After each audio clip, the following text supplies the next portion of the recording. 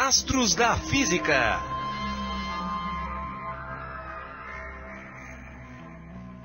Colocar um satélite em órbita não é uma tarefa fácil. Foram necessários muitos esforços no decorrer da história para dominarmos essa tecnologia tão importante nos dias de hoje. Para saber um pouco mais como se coloca um satélite em órbita, precisamos entender o movimento dos corpos celestes no espaço, começando pelo movimento da Terra ao redor do Sol. Você realmente acredita que a Terra gira em torno do Sol? Mas o que nós vemos todos os dias não é o contrário? Ou seja, o Sol se movendo em volta da Terra? Foi pensando assim que há mais de 2000 anos atrás, o filósofo grego Aristóteles concluiu que a Terra ficava no centro do universo e todos os outros corpos celestes giravam ao seu redor, descrevendo órbitas circulares perfeitas. O astrônomo grego Cláudio Ptolomeu também acreditava que a Terra estava imóvel no centro do universo e ao seu redor girava o Sol, a Lua, os planetas e as estrelas. Esse é o chamado modelo geocêntrico, pois coloca a Terra, geo em grego, no centro do universo.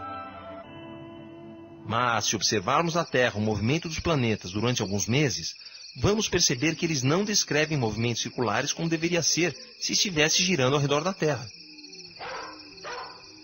Na verdade, em determinados momentos, eles parecem voltar para trás e em seguida continuam no seu caminho original, bem diferente do que o modelo geocêntrico afirma. Por esse motivo, quase 1300 anos mais tarde, o monge Nicolau Copérnico começou a fazer mais observações e a estudar os escritos de Aristóteles e Ptolomeu.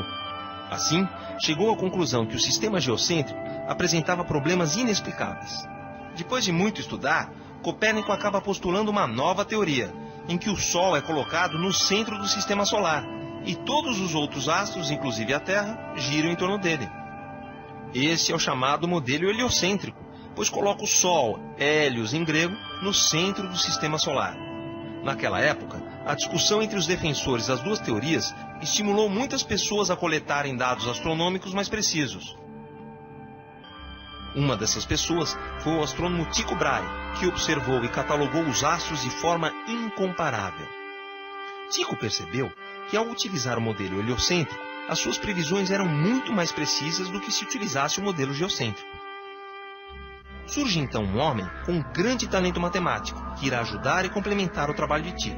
Seu nome, Johannes Kepler. Com os dados de Tycho, Kepler leva adiante seus cálculos e percebe que todo planeta descreve uma órbita elíptica ao redor do Sol, estando este num dos focos da elipse. Esta afirmação é conhecida como a primeira lei de Kepler. É bom lembrar que a Terra, apesar de descrever uma órbita elíptica ao redor do Sol, é uma elipse de excentricidade tão pequena que podemos dizer que sua órbita é quase circular. Kepler descobre também que as velocidades dos planetas são reguladas pela varredura, ou seja, a linha que une o planeta ao Sol varre áreas iguais em tempos iguais. Essa descoberta acaba sendo conhecida como a segunda lei de Kepler. A terceira e última lei de Kepler afirma que quanto mais distante um planeta estiver do Sol, maior o seu período, ou seja, mais tempo ele levará para completar uma volta em torno do Sol. Com essas três leis, Kepler tira definitivamente a Terra do centro do universo. Os planetas passaram a descrever órbitas elípticas e o Sol passou a ocupar um dos focos dessas elipses. O interessante é que essas leis valem para quaisquer corpos do universo, sejam eles estrelas, planetas, cometas, satélites naturais ou satélites artificiais.